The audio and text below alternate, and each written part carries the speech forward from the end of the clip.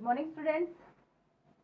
9th class में अपना संसाधन के रूप में लोग जो पार्ट था वो कंप्लीट हो गया है और उस पार्ट के प्रश्न उत्तर मैं आज आपको करवा रही हूँ। 2 प्रश्न कल मैंने आपको दिए थे, उनके भी उत्तर मैं आपको करवा रही हूँ ताकि अगर आप में से किसी बच्चे को उन प्रश्नों को करने में दिक्कत आ रही हो तो वो यहाँ पर हल हो जाए उसका। और सारे प्रश्न आपको अपनी फेयर नोटबुक में करने हैं। आपको मैं आराम से सारे प्रश्न करवा रही हूँ, जितने भी आपके जो नोट्स में मैंने आपको करवा दिए उनको छोड़कर, जो नोट्स में आगे वो नहीं करवा रही हूँ क्योंकि वो तो आपको पहले करवाए हुए हैं। बाकी जितने भी क्वेश्चंस हैं वो मैं आपको करवा रही हूँ। तो पहला प्रश्न देखिए क्या है कि पाठ का जो पहला प्रश्न है वो है संसाधन के रूप में लोग से आप क्या समझते हैं। पहला है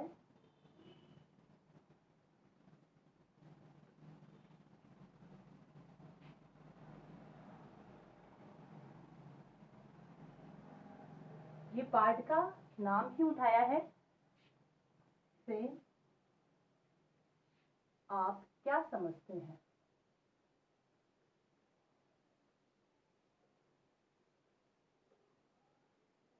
तो देखिए उत्तर आता है इसका, ये पहले भी मैंने आपको बता दिया था कि संसाधन के रूप में लोग से मतलब है कि लोगों को हम किससे जोड़ेंगे, शिक्षा से, स्वास्थ्य से, शिक्षा से, स्वास्थ्य से, अन्य सेवाओं से, तकनीकी से अगर हम जोड़ते हैं तो वो लोग क्या बन जाते हैं, संसाधन बन जाते हैं। पर देखिए जब विद्यमान, विद्यमान का मतलब होता है मौजूद, जब विद्यमान मानव संसाधनों को और अधिक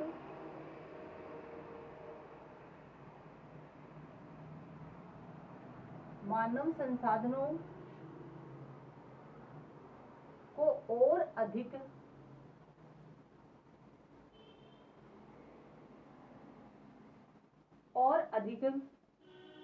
शिक्षा तथा स्वास्थ्य द्वारा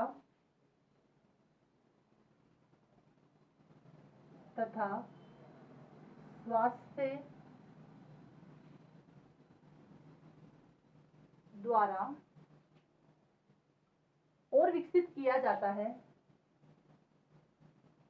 और विकसित किया जाता है यानी बढ़ाया जाता है, और विकसित किया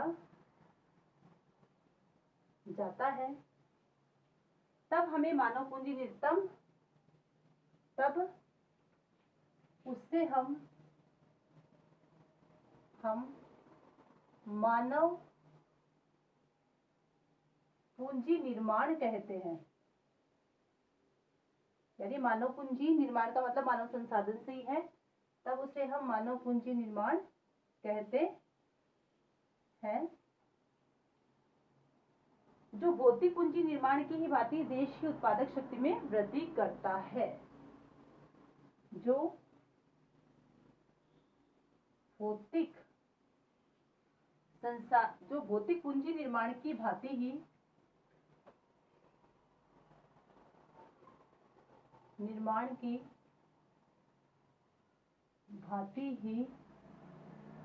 देश की उत्पादकता में वृद्धि करता है। देखिए इस प्रश्न को थोड़ा सा समझाना भी पड़ेगा आपको। सीधी सी बात है कि अपने पास प्रश्न चल रहा है संसाधन के रूप में लोग से आप क्या समझते हैं। तो देखिए जब अपने पास मानव संसाधन है, जनसंख्या है, उसको हम शिक्षा, स्वास्थ्य में इनमें निवेश करेंगे तो वो क्या बन जाएगी, मानव पूंजी बन जाएगी, मानव पूंजी का निर्माण होगा। जिस प्रकार अपने पास भौतिक पूंजी होती है, जैसे धनराशि होती है या फिर और कोई जो वस्तु होती है, चल अचल जो संपत्ति है अपने पास, जो अपनी भौतिक पूंजी है जिससे हम अपना विकास करते हैं, उसी प्रकार जो मानव पूंजी बनेगी वो भी देश की उत्पादकता में क्या करेगी, वृद्धि करेगी। तो इस तरह से ये पहला प्रश्न है, आपको भाषा समझ में आ गई होगी। दूसरा प्रश्न देखिए क्या है, मानव संसाधन भूमि और भौतिक पूंजी जैसे अन्य संसाधनों से कैसे भिन्न है। प्रश्न 2, दूसरा प्रश्न क्या पूछा है, मानव संसाधन भूमि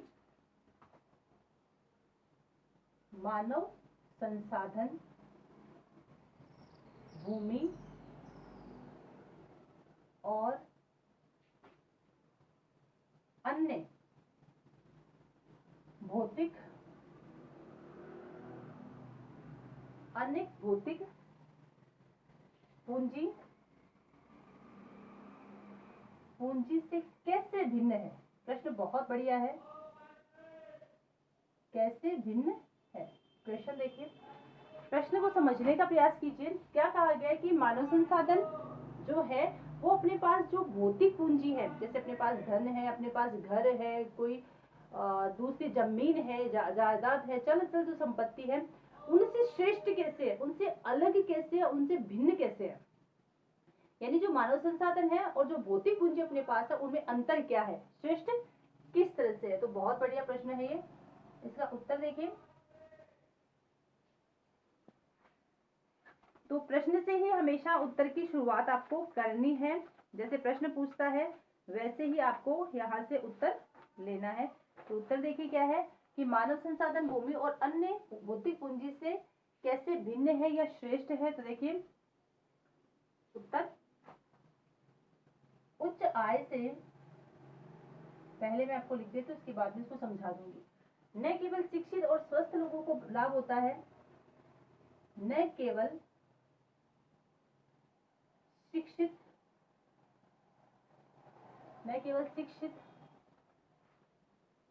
और स्वस्थ लोगों को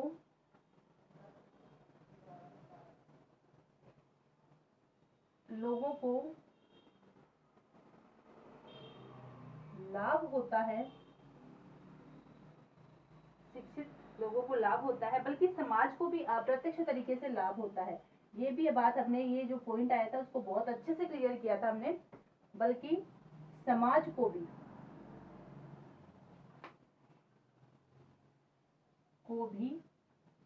अप्रत्यक्ष तरीके से लाभ होता है।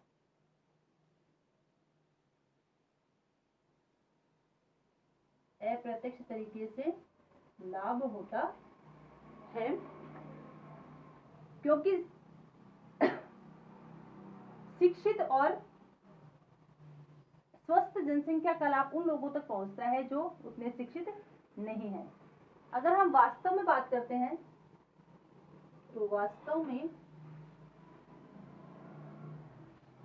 में मानव पूंजी एक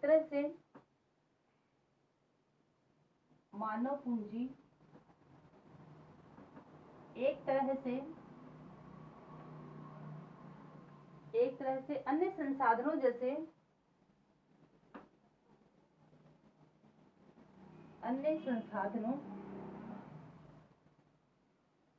जैसे भूमि और भौतिक पूंजी से श्रेष्ठ है। भूमि और भौतिक पूंजी से भिन्न है। क्योंकि अभी आगे वाला उत्तर मैं ऊपर लिख रही हूं, इसको इरेज करके ऊपर वाले को। तो देखिए क्यों भिन्न है, क्यों श्रेष्ठ है।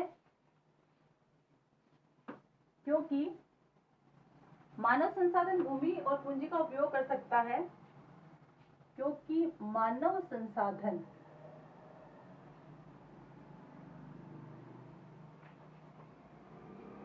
भूमि और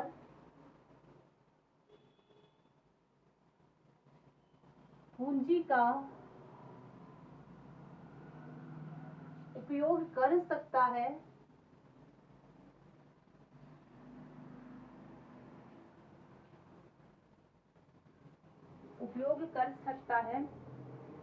भूमि और पूंजी अपने आप उपयोगी नहीं हो सकते। भूमि और पूंजी अपने आप उपयोगी नहीं हो सकते। अब प्रश्न को, उत्तर को समझने की कोशिश करते हैं कि प्रश्न देखिए प्रश्न ये पूछ रहा है कि मानव संसाधन भूमि और अन्य भौतिक पूंजी से किस तरह से भिन्न है। तो देखिए कि हम ये देखते हैं कि उच्च आय होती है, किसी के ज्यादा कमाता है तो उससे सभी लोगों को फायदा होता है, उसको खुद को भी फायदा होगा और अप्रत्यक्ष रूप से समाज को भी उससे क्या होगा, फायदा होगा। परंतु हम बात करते हैं मानव संसाधन किस तरह से भौतिक पूंजी से भिन्न है, तो बात ये, उत्तर ये है कि इन सारी भौतिक वस्तुओं का उपयोग, जैसे भूमि है, पूंजी है या और कोई संपत्ति है, इसका उपयोग करता कौन है, इसका उपयोग मनुष्य करता है। ये अपने आप में उपयोगी नहीं हो सकते या अपने आप के लिए ये उपयोग नहीं कर सकते। पूंजी कभी ये नहीं कह सकती, मान लो मेरे पास 100 रुपए है तो 100 रुपए कभी ये थोड़ी कहते हैं कि मैं इन 100 रुपए को अपने ऊपर ही खर्च करूंगा। उन 100 रुपए को खर्च कौन करेगा, मनुष्य करेगा। इसलिए जो भौतिक पूंजी है उससे श्रेष्ठ मानव संसाधन है, मानव पूंजी है, क्योंकि भौतिक पूंजी का उपयोग क्या कौन करता है, मनुष्य करता है, इसलिए वो भिन्न भी है और श्रेष्ठ भी है। तो ये उत्तर आपको समझ में आ गया होगा। नेक्स्ट प्रश्न देखिए क्या है।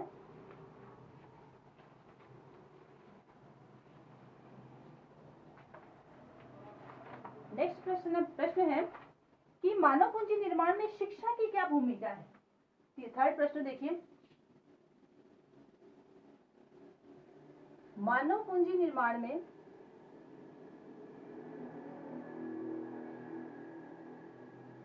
में शिक्षा की क्या भूमिका है।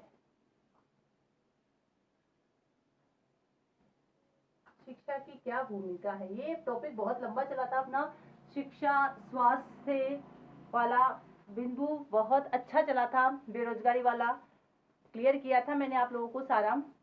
तो आज देखिए, अगर हम मानव पूंजी निर्माण में शिक्षा का प्रश्न उठाते हैं तो वहां पर स्वास्थ्य का जो प्रश्न है वो भी आएगा, यानी उसके भी आने की संभावना बनती है। तो देखिए, मानव पूंजी निर्माण में शिक्षा की क्या भूमिका है, बहुत बड़ी भूमिका है।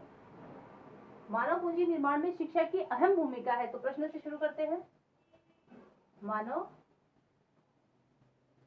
पूंजी निर्माण में शिक्षा की अहम भूमिका है। अहम यानी महत्वपूर्ण, अहम भूमिका है। समाज के विकास में भी शिक्षा का योगदान है, यानी मानव पूंजी निर्माण में तो शिक्षा की भूमिका है ही है, और इससे क्या होगा, शिक्षा के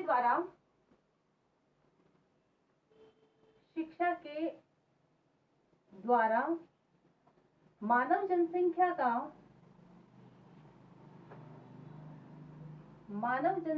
को मानव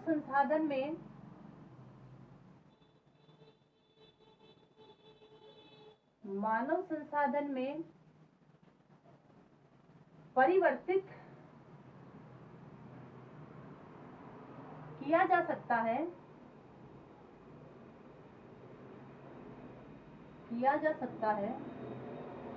जिससे क्या होगा, समाज के विकास में,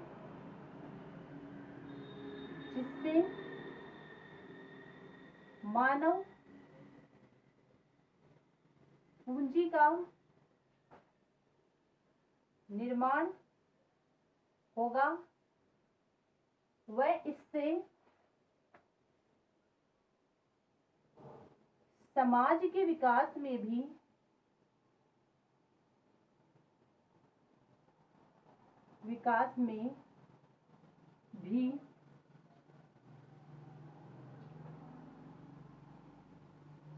शिक्षा का योगदान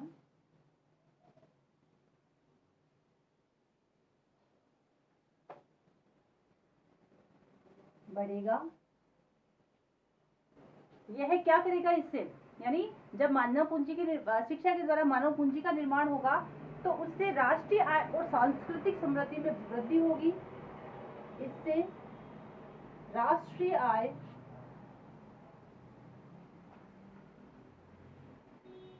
आय व सांस्कृतिक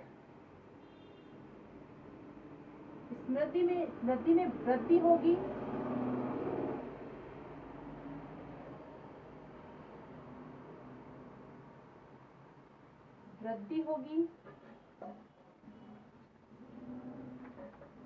और प्रशासन की कार्य क्षमता बढ़ेगी तथा प्रशासन की कार्य क्षमता बढ़ेगी, कार्य क्षमता का विकास होगा,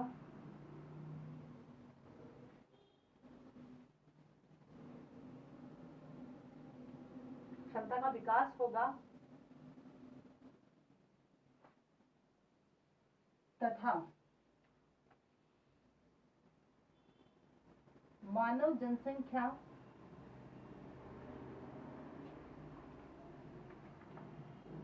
की गुणवत्ता में वृद्धि होगी। कुल मिलाकर इस प्रश्न का जो उत्तर आ रहा है वो उत्तर ये आ रहा है कि मानव पूंजी निर्माण में शिक्षा की भूमिका पूछी है। तो देखिए, जितने ज्यादा लोगों का शिक्षा में निवेश किया जाएगा उससे मानव जनसंख्या किसमें परिवर्तित होगी, मानव पूंजी में या मानव संसाधन में। अगर लोग शिक्षित होंगे तो वो क्या करेंगे, अपना विकास करेंगे।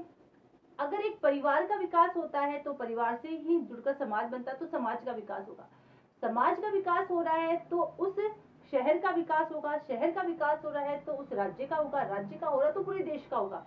यानी इस प्रकार ये जो कड़ी है शिक्षा के द्वारा जो जुड़ती जाती है और इसमें देश के विकास में महत्वपूर्ण भूमिका होती है। इससे न केवल समाज का विकास होता है बल्कि राष्ट्रीय आय बढ़ती है, देश का सांस्कृतिक विस्तार होता है और ज्यादा शिक्षित लोग अगर प्रशासन में होंगे तो प्रशासन के कार्य करने की जो क्षमता है वो बढ़ जाएगी। कहीं पर हमने देखा कि मंत्री होते हैं वो अनपढ़ होते हैं, दूसरी पास तीसरी पास, यानी कुल मिलाकर निरक्षरता की गिनती में आ जाते हैं। अगर एक डिग्रीधारी बैठेगा, एक पढ़ा लिखा शिक्षित व्यक्ति अगर प्रशासन में बैठेगा, कोई मंत्री पद संभालेगा तो वो क्या करेगा, सृजनात्मकता का कार्य ज्यादा करेगा, देश को विकास की ओर ले जाएगा, न कि पतन की ओर ले जाएगा। वो स्वार्थ वाले दृष्टिकोण से कार्य न कर वो देश के विकास वाले दृष्टिकोण से कार्य करेगा। तो बहुत बड़ी भूमिका होती है, प्रशासन की कार्य क्षमता बढ़ती है और साथ ही शिक्षा क्या करती है, जनसंख्या की जो गुणवत्ता है उसमें भी बहुत ज्यादा सुधार करती है।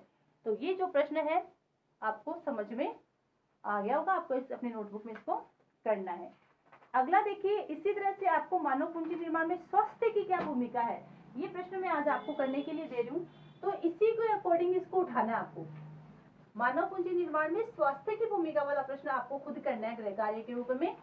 कैसे करना है कि देखिए, जहां शिक्षा की भूमिका है वहां स्वास्थ्य की भूमिका होगी।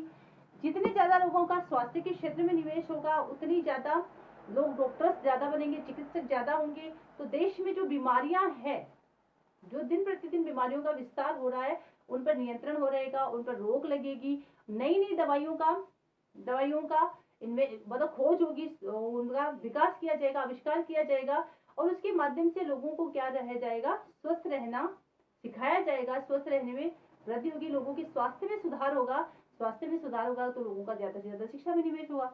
तो ये आपको प्रश्न करना है गृह कार्य के रूप में, क्या मानव पूंजी निर्माण में स्वास्थ्य की क्या भूमिका है। और तो मैंने आपको करवाया है, आगे वाले और करवाऊंगी।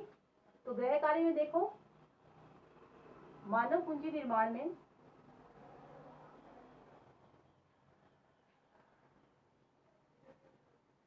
में स्वास्थ्य की क्या भूमिका है, ये आपको गृह कार्य के रूप में करना है। बाकी जो मैंने ऊपर वाले प्रश्न करवाए हैं ये भी गृह कार्य के रूप में करना है। आगे आने वाली कक्षाओं में हम इसके जो बचे हुए क्वेश्चंस हैं उनका आंसर करेंगे। Thank you.